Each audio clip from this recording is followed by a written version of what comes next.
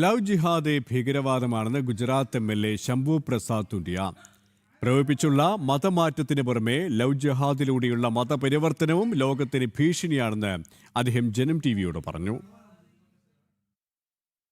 ഭാരതത്തിന്റെ സാമൂഹ്യ വ്യവസ്ഥയെ ചൂഷണം ചെയ്താണ് മതപരിവർത്തനം നടക്കുന്നതെന്ന് ശംഭു പ്രസാദ് തുണ്ടിയ പറഞ്ഞു. ക്രിസ്തുമതത്തിലേക്കും ഇസ്ലാം മതത്തിലേക്കും നടക്കുന്ന മതപരിവർത്തനം ആസൂത്രിതമാണ്. ലവ് ജിഹാദ് ഭീകരവാദമാണെന്നും അദ്ദേഹം കൂട്ടിച്ചേർത്തു.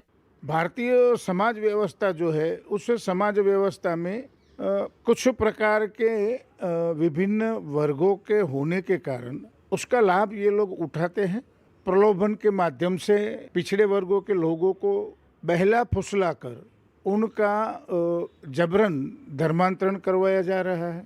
उनके परिवार में पनप रहे बेटे बच्चियों को लव जिहाद के माध्यम से कन्वर्ट किया जा रहा है और इसके कारण पूरे विश्व में भारतवर्ष जो है वो आज एक भय की औतार के नीचे.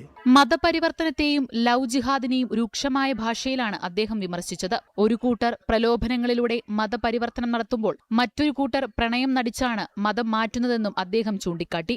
BJP നേതാവും MLAയുമായ ശംഭു പ്രസാദ് തുണ്ടിയ സൻസവ്യനാഥ് ദാം മഹന്തും മഹാമണ്ഡലേശ്വറുമാണ്. ജനം, ഡൽഹി.